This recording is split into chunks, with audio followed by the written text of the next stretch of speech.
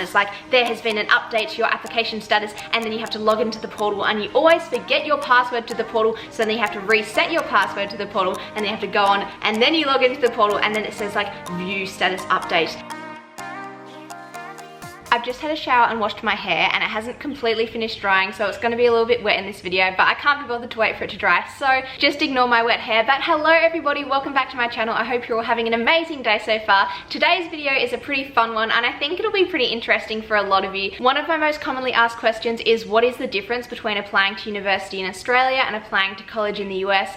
And my answer is like, it's all different. Like literally nothing is the same. They are worlds apart, the application processes, and not only the application processes, but the process that the university / college then goes through to decide who to admit, and then the way you find out where you've been accepted and where you're going to college or university is just so different, absolutely worlds apart. So in this video I'm going to be like comparing the two processes and kind of going through those three things that I mentioned. So how you apply, how they decide who to let in, and then how you find out in both the USA and Australia. So I applied to college in the USA and university in Australia at the end of 2019. So I graduated from high school in December 2019. I applied to colleges in the US, universities in Australia, and although I'm Australian, I ended up deciding to go to college in the US. So I'm currently studying at Yale University, and I started studying there in September 2020, so I've only done my first semester. So the application processes are very fresh in my mind, and they still haunt me to this day, especially the US one. And we are going to break that all down in this video, so let's get started, and we'll start with applying to universities. So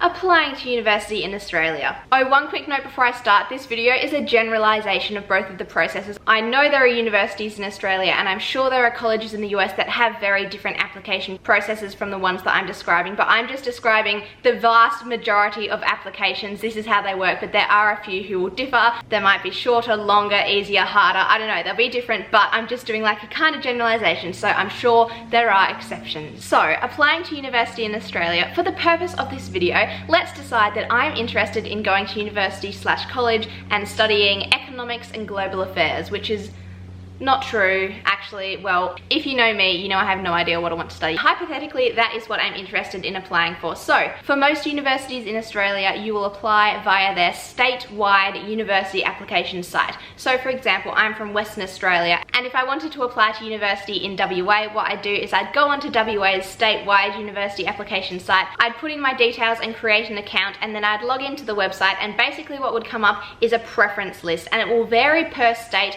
but I think there's around 8 preferences, and literally all you do to apply to university is just put in a course into each of those preferences, and they're preferences because you rank them in order of preference. So your top preference, the course and the university that you most want to go into, you put at the top and then go down, down, down. So perhaps the degree that I most want to study is economics and global affairs at the University of Western Australia. I don't know if that exists, but pretend it does. I would put that as my top preference. Then I might put economics and global affairs at Curtin, then economics and global affairs at Notre Dame, then economics and global affairs at Edith Cowan, and then I might go, okay, just economics at UWA, just economics at Curtin, etc. Or I could put in psychology at UWA, I could put in medicine, I could put in whatever I want. You can have as much or as little variation in the university that you choose or in the degree that you choose on your list, but the important thing is that each preference is both course and university specific. So you're applying for this course at this uni, and then if you want to apply for this course at a different uni, that will be a separate preference. And if you want to apply for a different course at the same uni, it will also be a separate preference, which is very different to America. So you put in all those preferences and then you click done, and then you've applied to university. Congratulations. Now, up until a certain date, you can go through and change any of these preferences, but like that's all you have to do. You just have to rank the courses that you want to get into. And then if you want to apply to university in a different state in Australia, so for example, if you wanted to apply in Victoria, you would do the exact same thing on Victoria's statewide university application site. Same with New South Wales, same with Queensland, same with all of the states. Again, there are a couple of exceptions, but that is generally how it works. Very quick, very simple, very easy. It takes like 10-15 minutes and you've applied to university. Congratulations.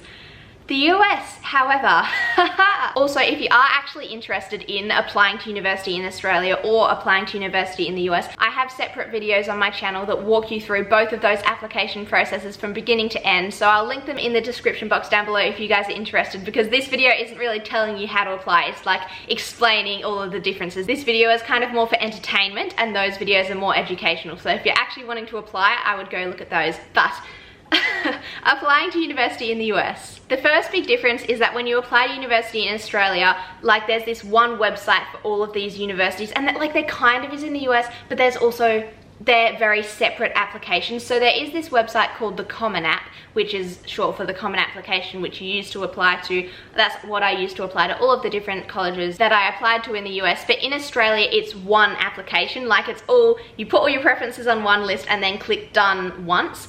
In the US, you fill out a separate application for every single university and then you submit that separate application separately. So if you apply to 20 colleges, you are submitting 20 applications, versus if you apply to 20 universities in Australia, then oh, you can't because you only have 8 preferences, but you know, you're only like clicking one button, whereas in the US you're clicking lots of buttons and putting in a lot more work. I've been into what is involved in the US application process in separate videos because it makes a whole video in itself, but in short, you have to fill in pages and pages of personal information about your parents, where they went to university, your addresses, your everything, your whole life. Then you have to put in heaps and heaps of academic information, not only all of the subjects that you've done since like year 9, but also all of the like competitions at school, like the maths Olympiads and stuff like that you've ever done. You put all of them in there, then you put in all the subjects that you're currently doing and the scores that you've currently got, and then you put in all of your extracurriculars. So every single extracurricular, I think there's like 10 different spaces for extracurriculars, and you put it in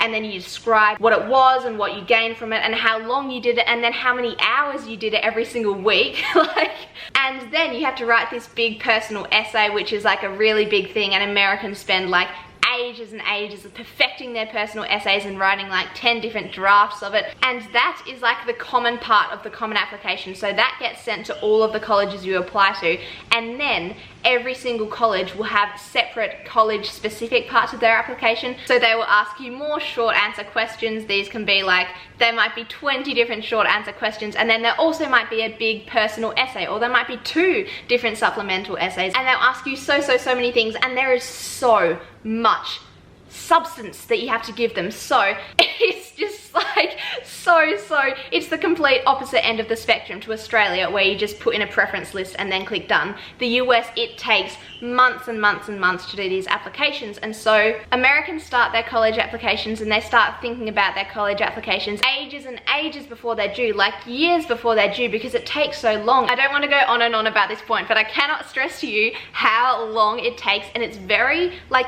emotionally and physically draining, because it just, you're going over and over the same thing. I didn't spend all that much time on my US college applications compared to the vast majority of people, but even I felt like it was just taking so much. It takes so much time, like all of that stuff that I just mentioned, and then you do that for like 10, 15, 20 schools. Like it's intense. And the academic part of your application in the US, you do put in all of the stuff you've done at school, all of the academic stuff you've done at school, but you also sit the SATs or the ACTs, and those are external tests, like you don't do them at school. And again, I've done a whole separate video on the SATs, so if you're interested in them, I have like an 18-minute video just about that. But one of the things about the SATs that is very different from Australia is that you can sit the SATs as many times as you want, but you have to pay every single time you sit them. So I'm not sure, it's reasonably expensive, which actually is not great, because then some people are not able to afford to sit the SAT more than once, and so then they are at a disadvantage compared to people who can afford to sit the SAT multiple times,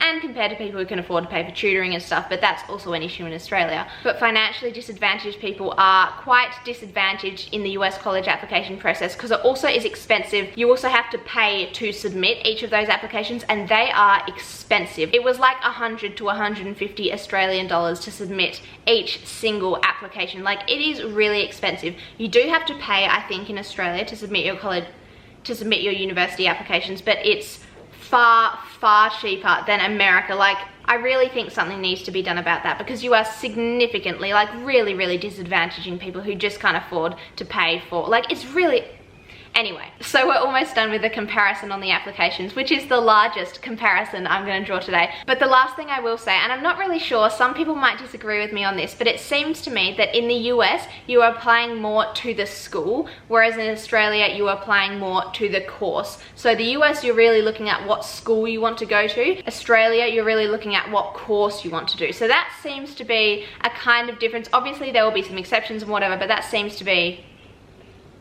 that's an observation that I have made. The thing that I loved most about applying to college in the US was that you didn't have to choose what degree you wanted to study or what course you wanted to study. On all of the applications that I submitted, there was this section in the college-specific part of the application where you could put what major you were interested in, but it was non-binding, and you could click undecided, so there was an option to click undecided. There is no option for that in Australia. You are applying for a course, and you get into that course and you do that course, whereas in the US, it's just a lot more fluid. You don't have to decide yet, which is very good for me because we all know I have no idea what I'm doing. How do the universities or colleges decide who to admit? So in Australia, and again, I'm sure there are exceptions, but generally, I just realized, I don't know why I've decided that this side of the room is Australia and this side of the room is the US, but obviously I have. So over here we have Australia, and in Australia, let's pretend we're Curtin University and we have our economics major. Are they called majors in Australia? I don't know. Okay, the economics course at Curtin. Let's say 5,000 people have applied to this course, which means they've put it somewhere on their preference list. It could be number 8, it could be number 4, it could be number 1, but it's somewhere on their preference list. So 5,000 students have applied, and maybe we can only have 100 students in the course. So what Curtin will do is they'll get all of the students who have applied, and they will rank them on a list with the person with the highest ATAR at the top going all the way down to the person with the lowest ATAR at the bottom, and they will choose the top 100. And I'm just realizing this is kind of difficult to explain. The US is actually easy to explain in this regard, but then what happens is every single university will do that for every single course, and then what happens is obviously each person who's applied has put in their 8 preferences, and then what happens is it all goes through this big system, and every single person will get their highest preference possible. So each university has ranked the students, they've chosen which ones they want, and then on your individual preference list, you will only get one offer. So you will get your top offer. So say all of these courses have said, yes, they want you, you're gonna get your second offer, and that's the only one you get. So you don't get to see who else has accepted or rejected you, you just get your top offer. And because of that, we don't even really call them acceptances or rejections in Australia. They're kind of just offers, and we'll go into this more in the third section of the video, which is how you find out what your offers are. And so because your highest preference that you got admitted to was this degree from Curtin, then all of these other ones you're suddenly not going to get into, so you'll get taken off the list for those ones, and those spots will be then offered to other people. So then the universities would move down the list to like the 101st person, 102nd person, 103rd person, etc. on the like ranking list of all the ATARs. I hope that made sense. It's kind of difficult to explain. It makes sense in my head, but it's difficult to put into words. So if you have any more questions or if I confused you, definitely let me know down in the comments. But the big takeaway is that how they decide to admit you in Australia is based purely on your ATAR, which is basically like your academic score number. So it is based purely on this one academic score that you receive. Nothing else is taken into account. And obviously there are exceptions, but that is how it happens generally. Now in the US, it is a very different story. So each college will get all its applications, and obviously the applications are quite big and long and lengthy, and what they do is they go through all of the applications. They have this huge like admissions committee, and they go through all of the applications, cut some, go through them all again, cut them again, and they're choosing the people that they're going to accept based on all of the different parts of the application. So it's not just academics, it's also extracurriculars, your personal essay, every single aspect of your application, and kind of like every single aspect of you that you've chosen to show in your application. They are taking that into consideration, which I think is nice, because I think in Australia they're a little too focused on that academic score. Like that's all they look at in most cases, whereas in the US I think possibly it's too much, like because the applications take so long, they're possibly like maybe we could find a happy medium somewhere in between. But I have to say I do kind of prefer the US system, because it shows that they're looking at you as a whole person rather than just this one academic number. And I was very lucky I did well at school, because the style of learning and the style of examining at school suited me, but it doesn't suit a lot of people. And this is where in the US application process, you have more of a chance to show other sides of you, and in the Australian application process, you don't. So the admissions committees cut the applications, and then they decide who they're going to admit, and then they admit those people and they send them out acceptance letters, and they send everyone else rejection letters. And what the colleges do is they admit more people than they have space for in their class, because they know not everyone who they admit is going to decide to attend. So they have to work out roughly what percentage of people who they admit will decide to attend, and they know this based on like their yield rates. If you Google like Yale yield rate or Harvard yield rate or Oregon yield rate or whatever, you'll be able to see what percentage of applicants each year like said yes to Yale, said yes to whatever. And so they'll admit more people than they have space for, because they know some people aren't going to come, and then they'll end up with a class size of however many they want approximately. And in the US, each college admits people like completely not based on what other schools are doing. There's birds chirping. Oh, they're so loud. So in Australia, with this person whose top preference that they were accepted into was Curtin, all of these universities actually wanted them as well, but they didn't send them an acceptance. They instead, this person only got this one offer, even though all of these universities would have liked to have given this person offers as well. Because this was the highest on their list of preferences, all of these offers then go to like other people. Whereas in the US, each college doesn't care who else has admitted you, like they're going to admit you if they want you. So this is why you get so many acceptances and rejections, and that is what we're now going to talk about in the third part of this video. Oh, I don't, what is this? The third part of this video, which is how you find out where you've gotten in and where you are going to college or university. So like I've kind of already said, in Australia, if you apply to universities in just one state, then you will receive one offer. You just receive your highest preference, and that is your university offer. So you don't find out who else wanted you or who else didn't want you. You don't open a whole bunch of acceptances and rejections. You just get this one offer. And that's why receiving this university offer in Australia is often a lot less kind of like emotional than it is in the US, which we'll get to in a second, because it's just like you just get this one offer, that's what you got, cool. If you apply to university in more than one state, then you'll get one offer per state, and then there is this process you can go through if you're not happy with your offer to try and like change things and get into another course. But yeah, you just get one offer, and that is where you're going to uni, and that is what you're studying. In the US, every single college that you apply to will send you either an acceptance or a rejection or a waitlist letter. And they all come out at slightly different times, but if you applied to like 20 colleges, then you're going to get 20 letters to open. Whereas in Australia, if you applied to 20 universities, you might have applied to 10 in one state and 10 in another, you're gonna get 2 offers. In America, you get 20, and they all come in this big formal email, and it's like, there has been an update to your application status, and then you have to log into the portal, and you always forget your password to the portal, so then you have to reset your password to the portal, and then you have to go on, and then you log into the portal, and then it says like view status update, and then you nervously click status update, and then you find out whether you've been accepted or rejected. And there's big letters of congratulations, and like Yale has their bulldog video that play. I don't know why other universities don't do that, because it's really good, but I've only ever seen, maybe they do, but I've only ever seen it on Yale. Like I've watched lots of college decision reaction videos, and I've only ever seen that on Yale. But yeah, anyway, so you go through that process of finding out your acceptance or your rejection for every single school that you apply to. So this is one of the reasons why it's a lot more kind of, I don't want to say a bigger deal, because getting into university or college anywhere in the world is a really big deal, and it's something that you've worked super hard for, and it's something you should be so proud of, and it is a big deal,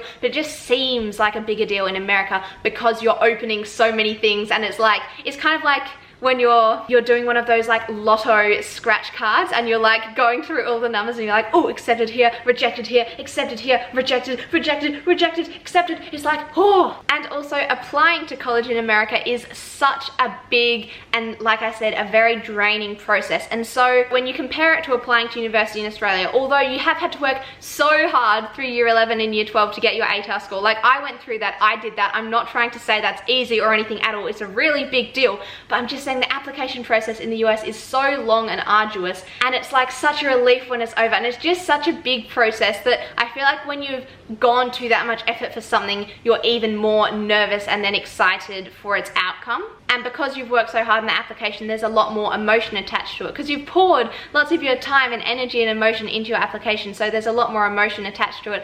And so opening all your acceptances and rejections, I think, is just a lot more emotional. And also it's a bit stereotypical, but I guess Aussies are just kind of more chill, I don't know. But yeah, obviously you've probably seen like college, oh there's a mosquito, college decision reaction videos on YouTube, and you will have seen like their whole family crowding around the computer screen and it's all like a big deal, and that doesn't really have, it's more, you see like ATAR reaction videos on YouTube for like Australians, but you don't really see university acceptance reaction videos. At least I've never seen one. I don't know, do you see them? Maybe I just haven't seen one, but I don't know. I feel like it is generally known that like applying to colleges in the US, Americans get like very excited, and it's a big deal. It's a big deal when you get accepted or rejected from college, so. But I think there's a fairly good reason behind it. My brain has felt really scattered and all over the place in this video. It's really hard when I'm trying to like explain processes like this to you. It's so much easier to just sit here and talk about my life story. I'm actually planning on filming a video about a reflection on my first semester at Yale. I really need to film that video, but it's so much easier to sit here and film that video because it's just like, I don't know, it's just me talking about my life rather than trying to explain processes to you, which are actually kind of really complicated, and sometimes I don't realize how complicated they are until I try to explain them. And so my mind is kind of in a spin, and I feel like I've forgotten to say some things. Maybe I'll have to make a part 2 to this video. Let me know if you would like a part 2 to this video. Oh, there is another mosquito. Anyway, I think this video is long enough, so I think we're going to end it here. So those are kind of 3 of the, basically everything is different. Okay, that what you need to take away from this video is every single thing that could be different is different in the application processes to college, university in Australia and America. And lucky me, I went through both of those processes. So if you do have any questions, make sure to check out, like if you have any questions about the specific how you apply and how you actually go through the processes that I've mentioned in the video, check out, I'll leave a list of helpful videos that I filmed in the description box down below. They're actually really helpful. I wish I'd had videos like this when I was applying, but I didn't, so now I made them for you. Anyway, I hope you guys enjoyed this video. If you did, make sure to give it a thumbs up because that really supports my channel. And if you're not already subscribed, I would love it if you could subscribe because we're trying to hit 100,000 subscribers this year, and we kind of gotta get like 87,000 more. Oh no.